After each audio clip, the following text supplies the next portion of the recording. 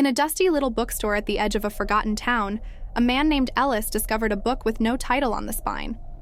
It had a leather cover that seemed to breathe slightly under his fingers, like it was waiting.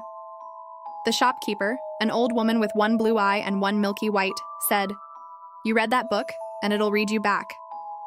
Ellis chuckled and bought it. At home, he opened the book. Every page was blank, save for the faintest impression of words that flickered when he wasn't looking straight at them. Intrigued, he set it on his nightstand.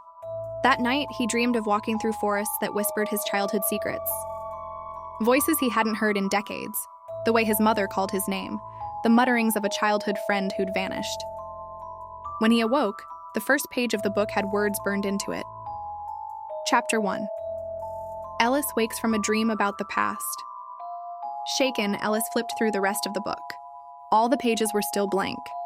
He tried to write on the paper, but ink slid off it like oil on glass.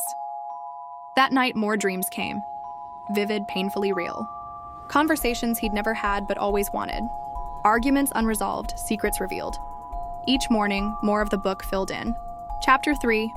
Ellis meets the girl he never saved, and she remembers. Eventually, the book stopped recounting dreams. It began predicting the day ahead, conversations he hadn't yet had, choices he hadn't made. It became a mirror with a time delay, until one day the writing leaped ahead.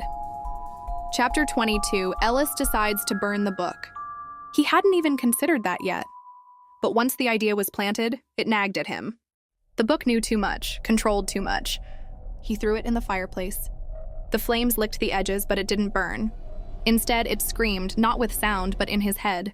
Agony and betrayal and his own voice calling out from the fire. And then the weird twist. The next morning, Ellis awoke and found himself inside the book. His name etched on the title page. The page is all full now with his story. The world outside dimmed. Time slowed.